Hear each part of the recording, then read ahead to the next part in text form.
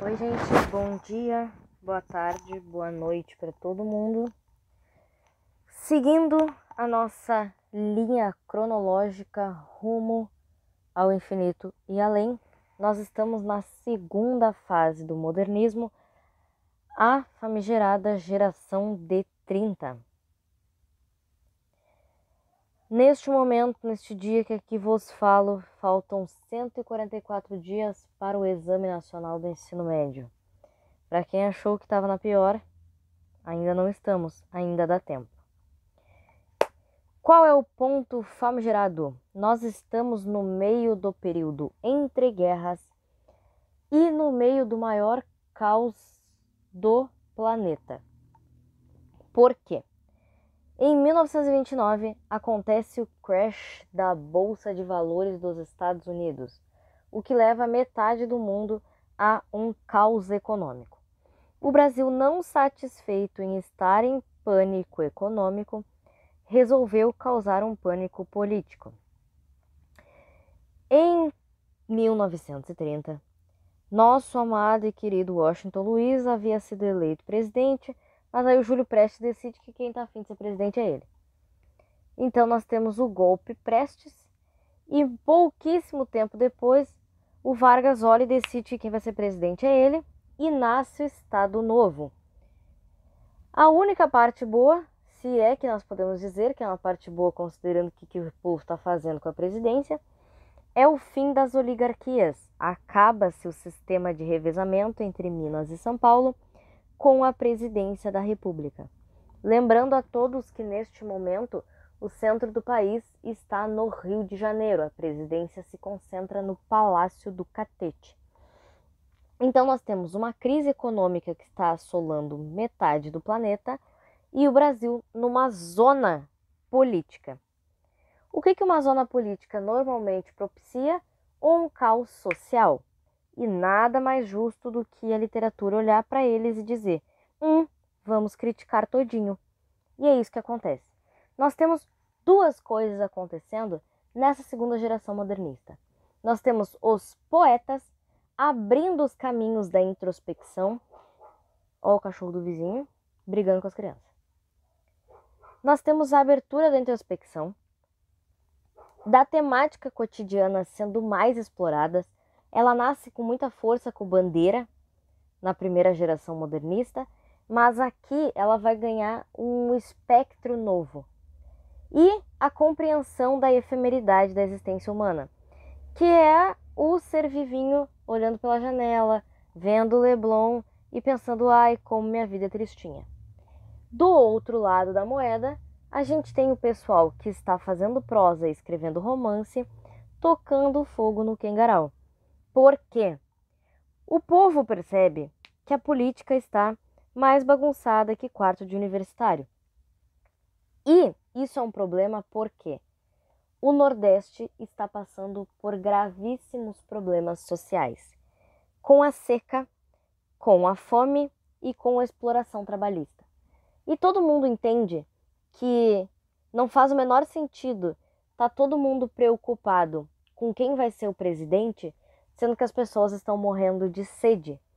Então a prosa vai se concentrar nesse regionalismo crítico, enquanto a poesia vai se concentrar na introspecção cotidiana. Vamos à poesia?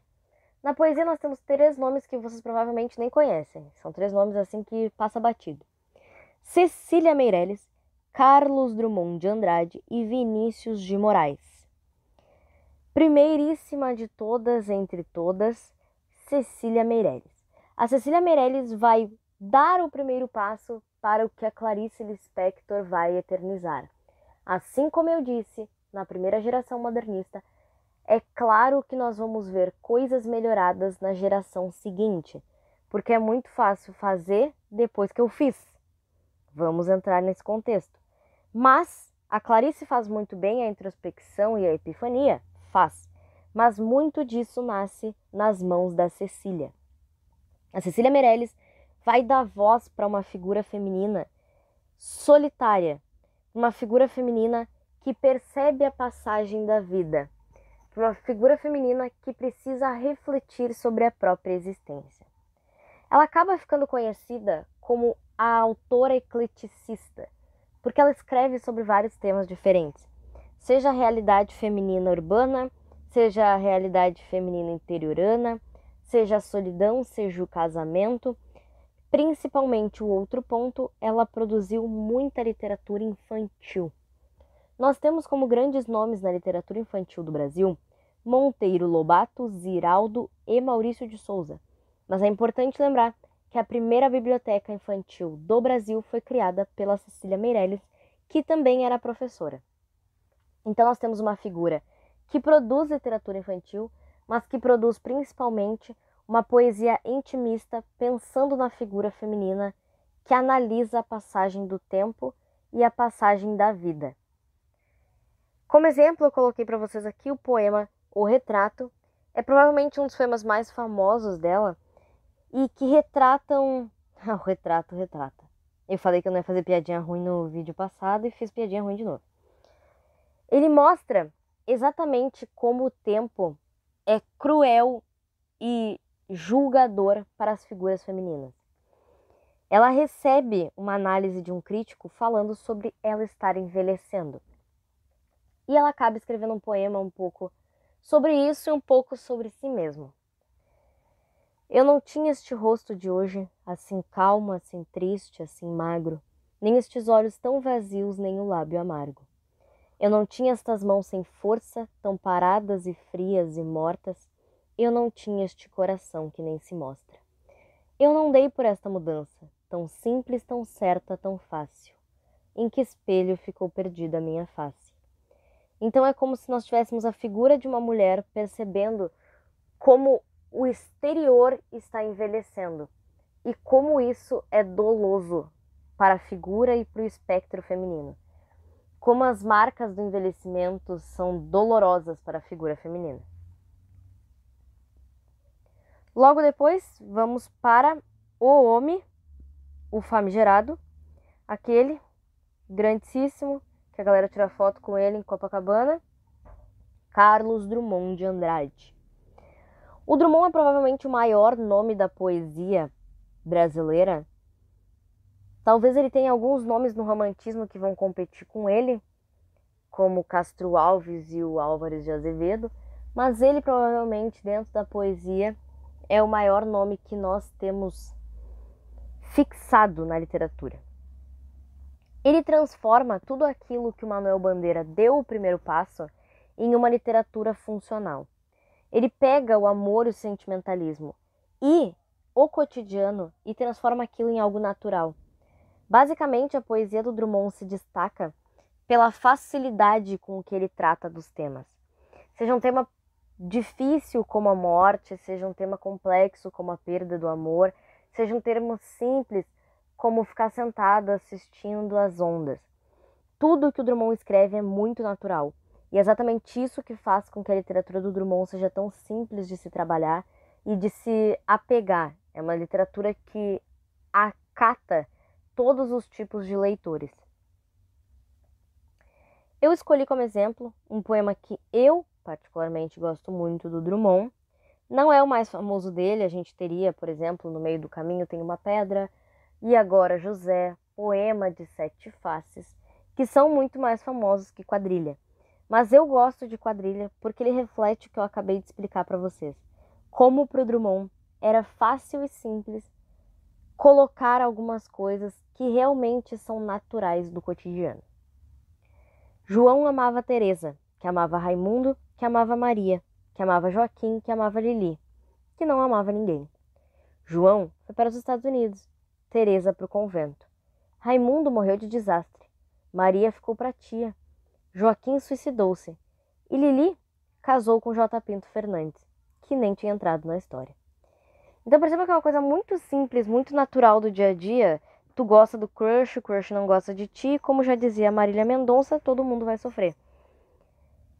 Mas é algo tão simples que ao mesmo tempo se torna tão fácil e tão fluido na literatura dele, que é exatamente o que a gente acredita que fez com que o Drummond se diferenciasse, subisse de nível de todos os outros. Temos depois disso Vinícius de Moraes. Vinícius de Moraes é bem controverso. Primeiro porque ele, além de poeta, é um compositor e musicista. Então, boa parte dos sonetos e poesias dele tinham uma musicalidade natural, uma métrica que não é muito comum no modernismo, porque tinha que fazer sentido como música. Não adiantava ele fazer um poema de verso livre, que nem o Drummond, eu acabei de mostrar um do Drummond, porque ele não funcionaria como música. E normalmente as músicas dele eram ritmadas pelo Tom Jobim, então tinha que ser algo que funcionasse dentro da bossa nova. O Vinícius de Moraes compõe e produz muita coisa conhecida. Soneto de Separação, por exemplo, que está em Elise e Tom. Valsinha, que está em Construção, do Chico Buarque. Açúcar, de Com Açúcar e Com Afeto, da Nara Leão. E mais um milhão de coisas. Mas o importante do Vinícius de Moraes é o romantismo. A forma como ele coloca um homem galante, Dom Juan, diante das figuras femininas. O mais curioso é que eu escolhi para vocês uma poesia que se diferencia um pouco, que são as poesias naturais que a gente chama do Vinícius de Moraes, que é como se fosse aquilo que ele escrevia para ele mesmo, sabe? Aquilo que não era feito para charge, que não era feito para virar canção, era uma poesia mais natural, que vocês vão ver que exatamente corre do que eu acabei de dizer. É um homem mais vassalo, mais sofrido e não necessariamente ritmado. Eu te peço perdão por te amar de repente. Embora o meu amor seja uma velha canção nos teus ouvidos, das horas que passei à sombra dos teus gestos, bebendo em tua boca o perfume dos sorrisos, das noites que vivi acalentado, pela graça indizível dos teus passos eternamente fugindo, trago a doçura dos que aceitam melancolicamente. E posso te dizer que o grande afeto que te deixo não traz o exaspero das lágrimas, nem a fascinação das promessas, nem as misteriosas palavras dos véus da alma. É um sossego, uma unção, um transbordamento de carícias. E só te pede que te repouses quieta, muito quieta, e deixe que as mãos cálidas da noite encontrem sem fatalidade o olhar estático da aurora. Então percebam que ele ainda trata muito do romantismo, é tudo uma coisa muito poética, é muito romântico, é muito bonitinho, mas aqui vocês vão ver exatamente o contrário do que é bem natural nele, que é essa figura de um amor galante. E agora nós vamos para o outro lado da moeda, que eu vou gravar para vocês na próxima aula, que é a prosa, que vai para o nosso nacionalismo crítico. Se estava tudo muito bom, muito romântico, muito lindo até agora, partiu tocar fogo no rolê. Beijo, gente, boa noite, bom dia, boa tarde e até a próxima aula.